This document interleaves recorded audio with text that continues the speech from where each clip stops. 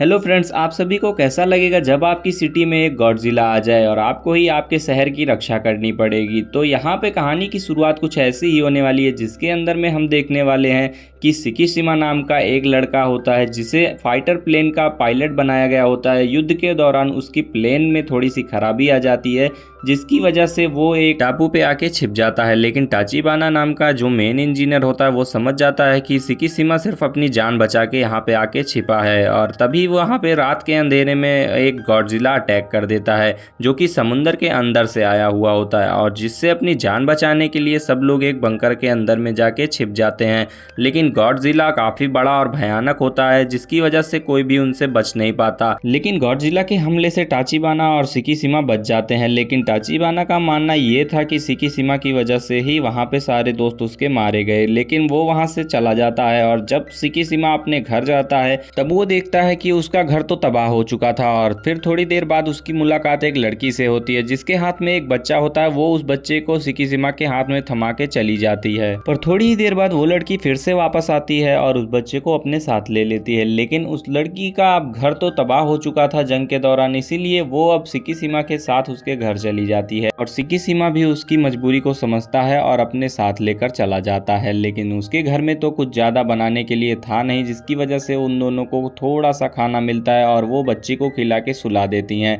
और अगली सुबह उसके बगल में रहने वाली एक महिला थोड़ा सा अनाज ला के सिकिशिमा को दे देती है, जिससे वो लड़की का पेट भर सके। और फिर उसके बाद सिकिशिमा काम ढूंढ के बाहर से जब घर को आता है, तभी वो नोरिको को बताता है कि मुझे काम तो मिल गया है, लेकिन काम थोड़ा रिस्की है, जिसकी वजह से नोरिको थोड़ा सा उदास हो जाती है। पर सिकिशिमा उसे समझाता है कि हमें समुद्र में बिछी हुई माइंस को ऊपर लाना है और फिर उन्हें पे गोलियां चला के उसे फोड़ देना है। और सिकिशिमा किसी तरह उसे समझाकर मना लेता है, और फिर उसके बाद वो अगली सुबह काम पे चला जाता है। और काम पे जाने के बाद फिर उसकी मुलाकात कुछ नए लोगों से भी होती है। फिर वहाँ पे जब वो काम पे जाता है तो उसकी कमाई भी अच्छी खासी होने लगती है, जिसकी वजह से वो एक नया घर भी ले लेता है, और नए घर की पार्टी देने के लिए वो अपने दोस्तों को भी बुलाता है अपने घर पे। फिलहाल के लिए तो सब कुछ सही चल रहा था, लेकिन हम आगे जाके देखते हैं किसी को अंदाजा भी नहीं होता कि अब गॉडजिला फिर से वापस आने ही वाला है। अगली सुबह सिकिशिमा जब फिर से काम पे जाता है, तब वो देखता है कि पानी में मछलियां फिर से ऊपर आ रही थी, क्योंकि पहली बार भी ऐसा हुआ था जब पानी में मछलियां ऊपर आई थी, तभी गॉडजिला ने हमला किया था।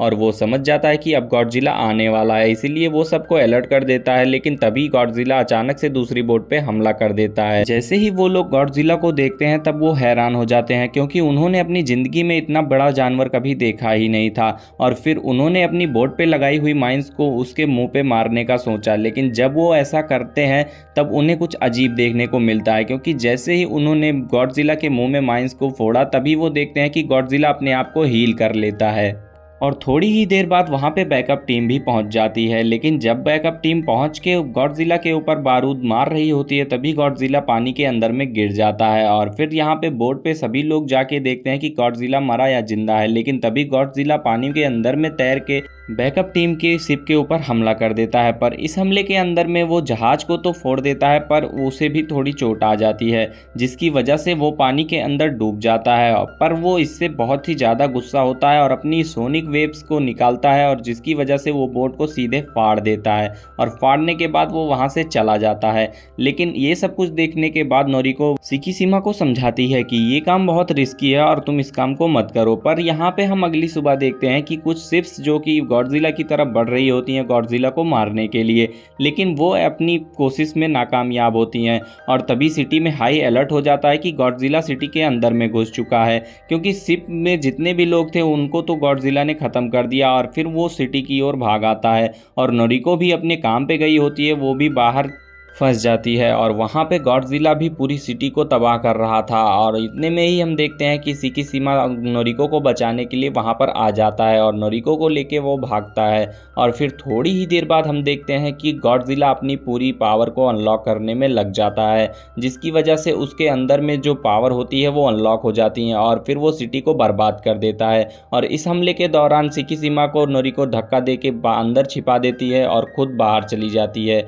जिसकी वजह से उसकी जान वहाँ पे चली जाती है। और फिर हम देखते हैं कि यहाँ पे पूरी सिटी तो तबाह हो ही चुकी थी। और आगे हम देखते हैं कि सिकिशिमा बहुत ज़्यादा परेशान हो जाता है क्योंकि उसे नरिको के खोने का बहुत अफसोस था। और फिर थोड़ी ही देर बाद हम अगले सीन में देखेंगे कि यहाँ पे आर्मी वाले एक नई टीम बनाना चाहते हैं और अब उनका सीधा प्लान था कि हम गॉडजिला को मार गिराएंगे। और उस मीटिंग के अंदर में जितने भी लोग आए थे सब आर्मी ऑफिसर रह चुके होते हैं और उनसे मदद लेने के लिए ये डॉक्टर जो कि सिकिशिमा के साथ रहता है ये बताता है कि हम गॉडजिला को पहले पानी के अंदर में डुबाएंगे और फिर उसके बाद पानी के प्रेशर से गॉडजिला मर जाएगा। लेकिन फिर वहाँ पे तभी सवाल उठता है और फिर डॉक्टर कहता है कि अगर हम उसे पानी के दबाव से नहीं मार पाएंगे तो हम उसे बोट से घेर लेंगे और उसे फिर से हम पानी के ऊपर लाएंगे, जिसकी वजह से वो दोबारा प्रेशर को हैंडल नहीं कर पाएगा और खुद ही मर जाएगा। पर अब यहाँ पे आगे एक और समस्या आती है क्योंकि जितने भी लोग जंग से वापस आए थे उनमें से कुछ लोग का ये मानना था कि वो वहाँ पे जंग लड़ने फिर से वापस नहीं जाएंगे क्योंकि उन्हें अभी जल्दी में ही उनका परिवार वापस मिला है।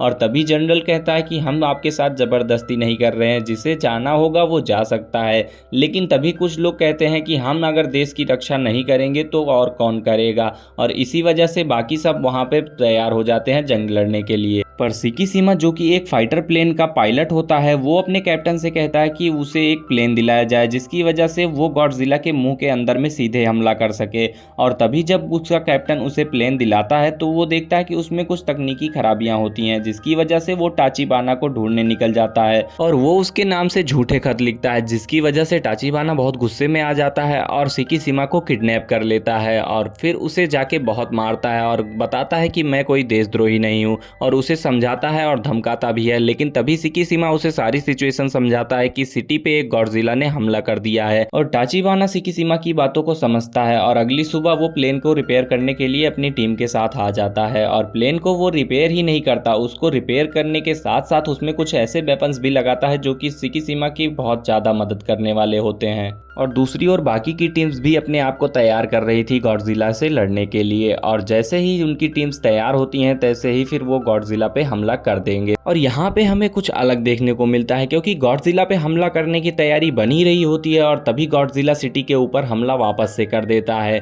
पर सिकिशिमा अपना दिमाग लगाता है और किसी तरह उसे डिस्ट्रैक्ट करके फिर से पानी की ओर लेके जाने में सफल हो जाता है और गॉडजिला भी उसे देख के पानी की ओर भागने लगता है। और अब प्लान के हिसाब से सब लोग भी रेडी हो चुके थे और रेडी होने के बाद जैसे ही गॉडजिला पानी के अंदर में जाता है तैसे ही यहाँ पे सारे के सारे जाल को बिछा दिया जाता है जिससे गॉडजिला को बांध के पानी के अंदर में डुबो दिया जाए। और प्लान के हिसाब से तो यहाँ पे सब कुछ सही चल रहा था, पर जैसे ही गॉडजिला को बांधा जाता है तैसे ही गॉडजिला बहुत गुस्से में आ जाता है और अपनी सारी पावर अनलॉक करने ही वाला होता है और अपनी पावर का यूज जैसे ही वो करने वाला होता है तैसे ही उसे नीचे डुबो दिया जाता है और जिसकी वजह से उसकी पावर भी खत्म हो जाती है और वो गहराई के अंदर में चला जाता है। पर इतने से गॉडजिला मरता नहीं है और तभी कैप्टन कहता है कि प्लान बी को तुरंत शुरू कर दो और जैसे ही प्लान बी को शुरू किया जाता है और गॉडजिला को ऊपर लिया जाता है और तभी प्लेन पे सारे इक्विपमेंट धीरे धीरे टूटने लगते हैं क्योंकि गॉडजिला का प्रेशर बहुत ही ज्यादा था। थोड़ी ही देर में वहां पे एक और शिप आ जाती है क्योंकि ये शिप चलाने वाला कोई और नहीं था, ये शिप जो चला रहा था वो सिकिशिमा के साथ काम करने वाला ही लड़का था जो कि सिकिशिमा का दोस्त हो चुका था। और इसके बाद वो अपने आप को प्रूव करने के लिए यहाँ पे एक शिप लेके आता है बैकअप के लिए